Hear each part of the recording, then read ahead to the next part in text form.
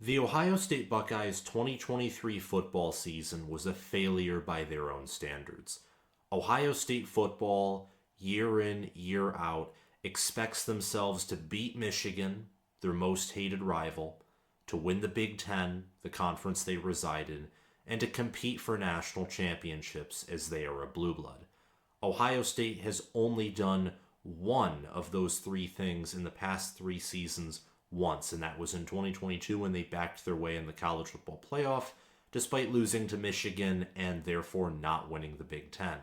Ohio State has not won the Big Ten since 2020, and they have not beaten Michigan since 2019, and they have not competed for a national championship in terms of a playoff appearance since last season, and they have not competed for a national championship in terms of playing in the national championship game since 2020.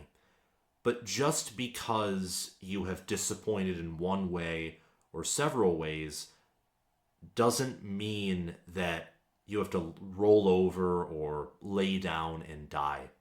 And I think that's why the Cotton Bowl is critical. It's an important game. And I think that to a certain degree, Ohio State football as a current program and Ryan Day as a head coach, their reputation and the team's reputation and the program's reputation partially rests on this game. This is, after all, a top 10 matchup against a Missouri team that, whether it's recruiting through high school, through the portal, whether it's their roster development with Brady Cook, Cody Schrader, and Luther Burden, they are a team on the rise. And for Missouri, this is effectively their Super Bowl. This is another crack for Missouri to beat a blue blood team, to beat a national champion contender, and to beat a team with infinitely more talent and prestige than they have. They had an opportunity like that earlier this season against Georgia, where they came close but fell short. And for Ohio State, I think they're going to get Georgia's best, and a win here gives Ohio State momentum entering 2024, but a loss not only gives Missouri more confidence, but more importantly for the focus of this video, it really adds more questions to Ohio State and gives a lot of doubt, I think, about the program. Welcome back, fellow football fanatics. It's your host, College Football with Sam. Before we resume this video, please like this video and also hit the subscribe button and click the notification bell if you haven't already. That way you can get notified when I post more videos about Ohio State football, Michigan football, Penn State football, Big Ten football in general, and also more videos where I talk about the college football playoff, the New Year's Six Bowl slate, which will soon entirely become the college football playoff starting next season. But we're still in 2023, and the Cotton Bowl, as I said in my preview and prediction video, kicks off the New Year's Six Bowl slate for the 2023 season. The Cotton Bowl will kick off this Friday, the 29th, at 8 p.m. Eastern Standard Time. And Ohio State and Missouri, they're ranked closely. Missouri is 9th, Ohio State is 7th. And Missouri is 10-2, and Ohio State is 11-1.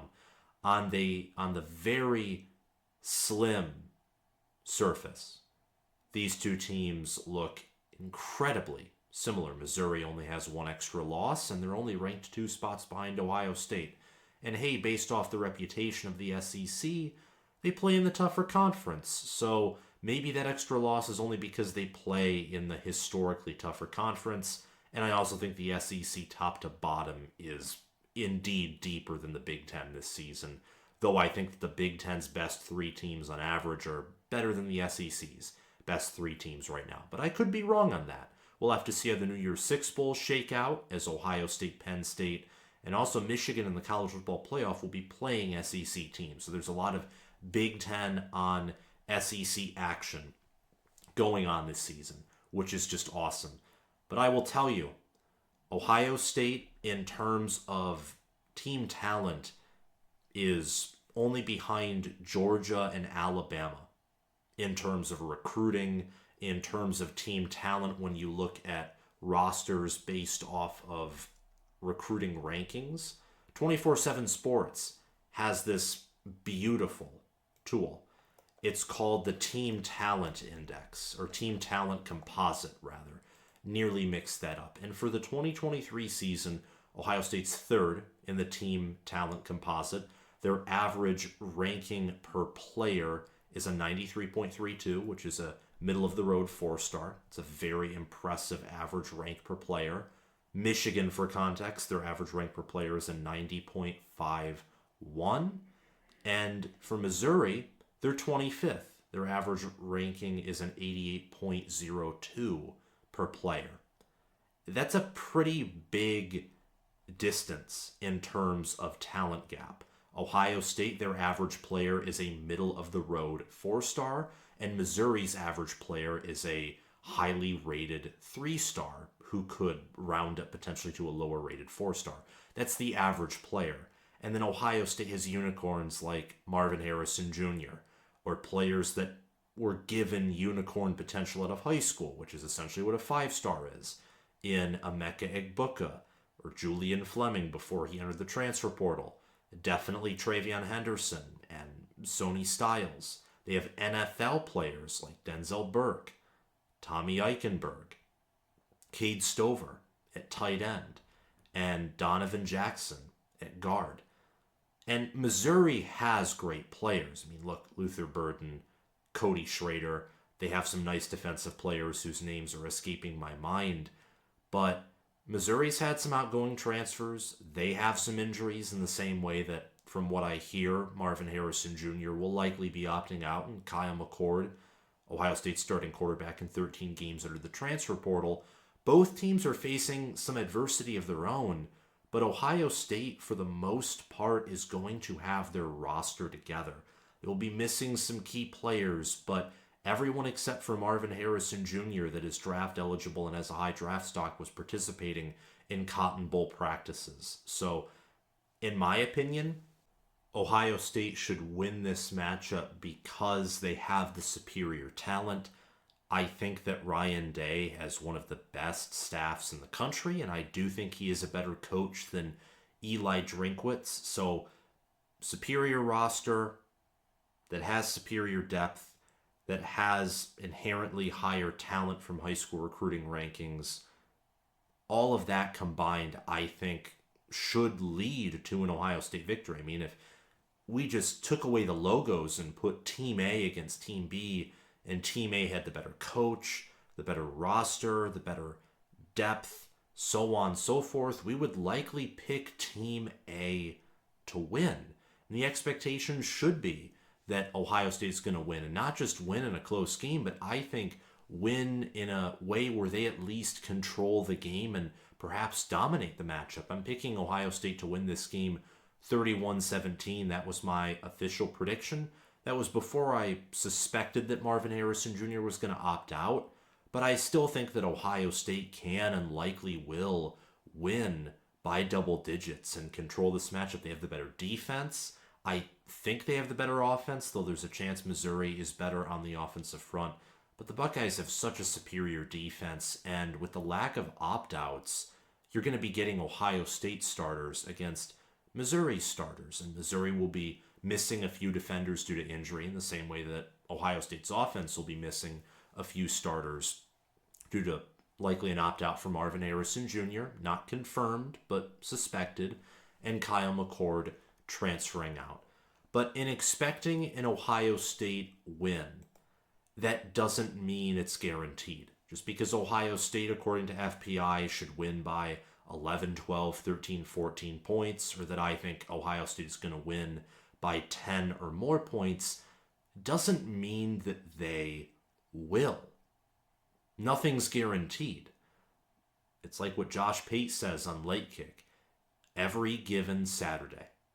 And what that basically means is on every given Saturday, chaos can erupt and the bus can come out of nowhere, and your program is the deer that is leaping in the highway in front of the bus, and your guts get splattered everywhere. It happens.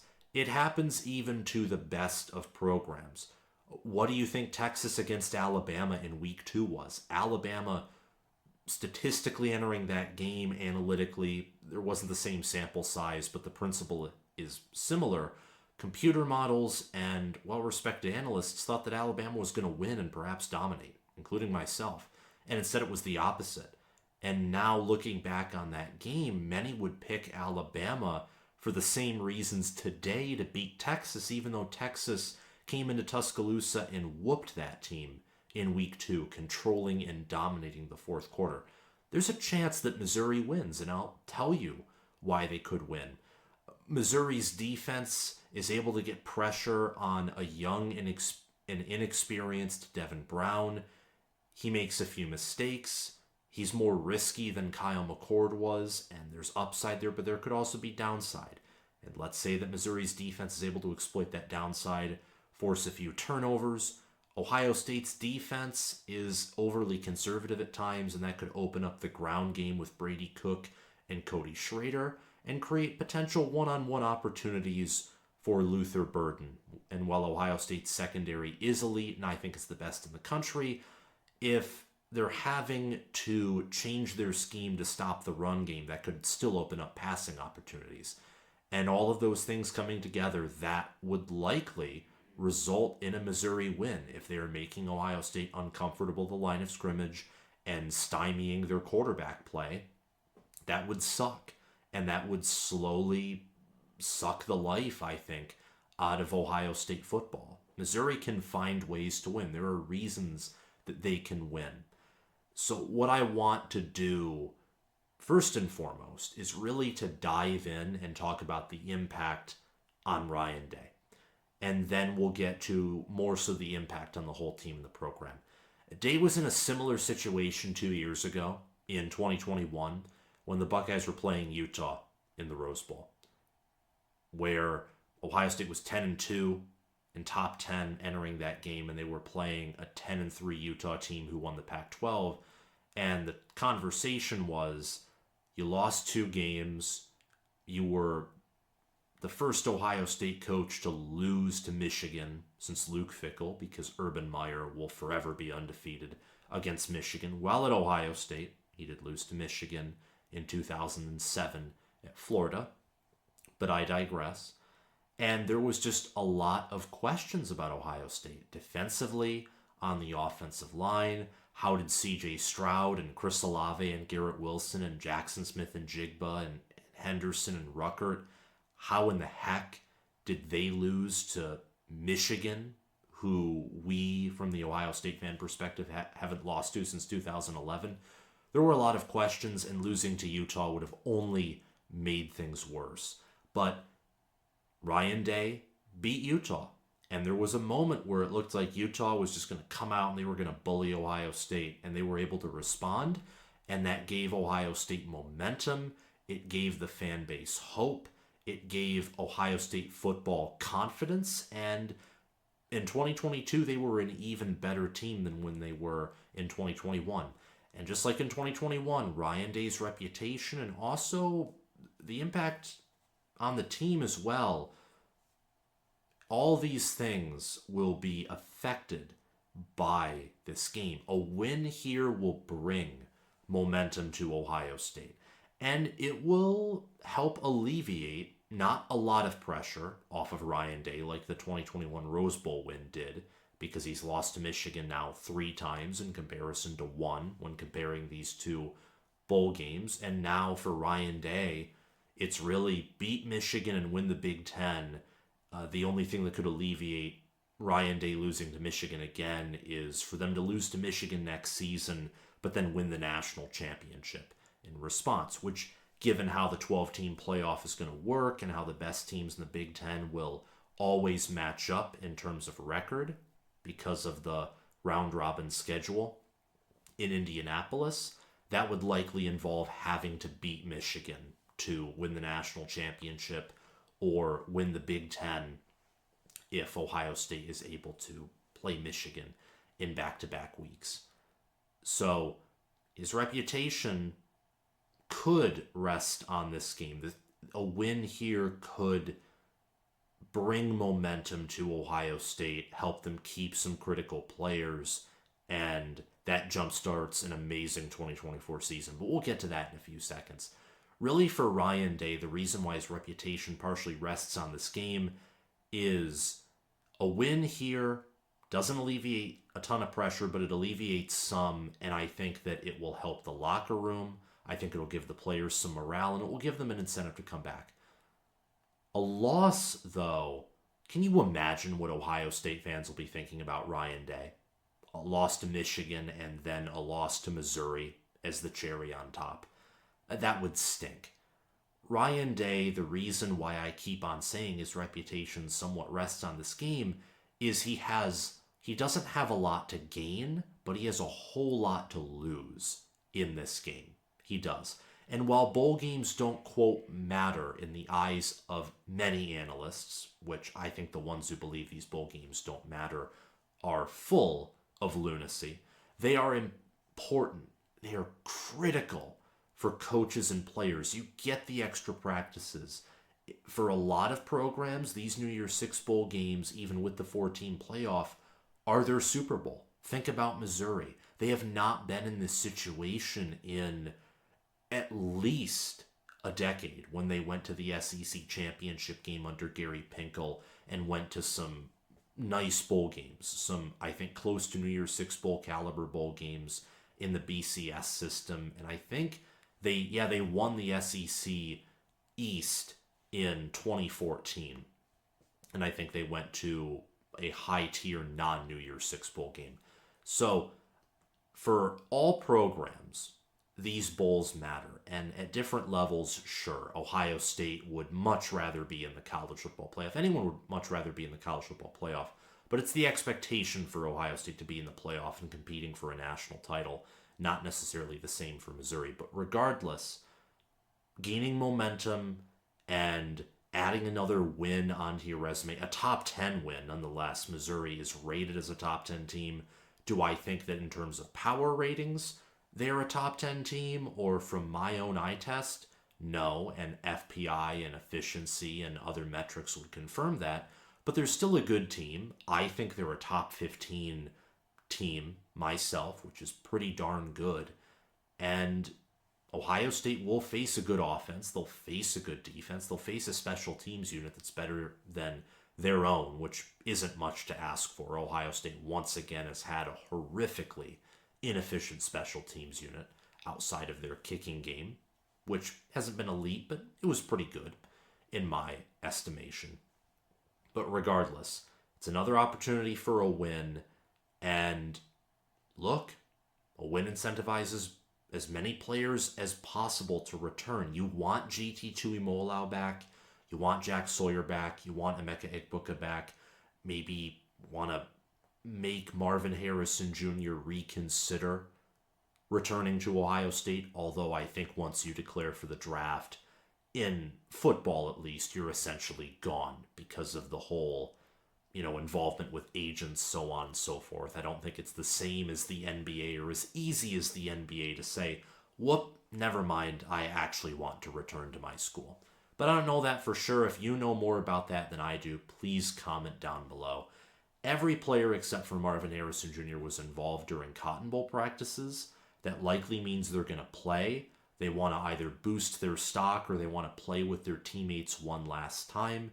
Sawyer said himself that he is likely coming back, and with Tuimoloau and Burke practicing in Cotton Bowl warm-ups and practices, I imagine they could return as well. And that would be huge. It'd be huge for Jim Knowles, it'd be huge for the Ohio State defense, and it would be huge for the team and the program as well, because Ohio State has suffered from the past 2 seasons, really, of players just leaving almost seemingly the second that they get eligibility for the NFL. Well, I'm gone. See ya if you want to come to my pro games, or to the players, see you when you get into the pros. And that mentality, especially pre-NIL, was understandable because you want to get paid. But with NIL, it's different. And also with a coach like Ryan Day, who I think commands the respect of his players, and a team that wants another shot at Michigan and another shot at a national title, which they haven't achieved a chance at winning a national championship or at beating Michigan since 2020 and 2019 respectively, there's incentives. There's plenty of incentives to return. And I also expect Travion Henderson on offense to return. And we will see if Emeka Egbuka returns as well, or if he declares. Emeka Egbuka, I think, could benefit from a 1,000-yard season as a receiver and solidify him going in the top half of the first round of the 2025 NFL Draft. Same with Travion Henderson, except for having a 1,000-yard season as a runner and being fully healthy. He got banged up in 2022 and also banged up at times this season. Him having a replica of his 2021 performance would be huge. And then on the offensive line, Donovan Jackson, he didn't have a phenomenal year this season. He could receive a boost in his draft stock and also a chance, like all of these players, to beat Michigan and to win the Big Ten and to compete for a national title and maybe at the bare minimum win a playoff game or win a national title. All these players that I'm talking about have never beaten Michigan, and they have never won a national title. That is insane. If you told me that I would be talking about Ohio State's most talented recruiting class, potentially in the entire history of the 24/7 sports recruiting era, that 3 years in, that class would have never beaten Michigan, never won the Big Ten, and never won a national title, at least for the first two statements, I would have thought you're insane. But here we are. Right now, where we are is Ohio State yet again trying to wonder what went wrong against Michigan and what went wrong really overall on an offense that returns so many key players. But lo and behold, 2 missing tackles, a missing center, and a missing quarterback. That's a big deal. But we thought those things could be somewhat replaced. And really, that never happened. The offense never clicked. So there are questions, and Ohio State's going back to the drawing board here. And what helps when you're trying to draw up a new plan, when you're trying to do something different? Momentum helps. It's critical that Ohio State wins this game. A win will also give confidence to an Ohio State quarterback room that has faced struggles. Not just Devin Brown, who will be starting in this game, and most importantly, a win here gives him momentum, but Lincoln Kienholz and incoming freshman Aaron Noland. Oh, I almost said Walter Nolan there. It's pretty funny. But I think that's the truth. I think my opinion here is really the correct opinion. There will be people who say, oh, win or lose, it doesn't matter for Ohio State because their season was already a failure.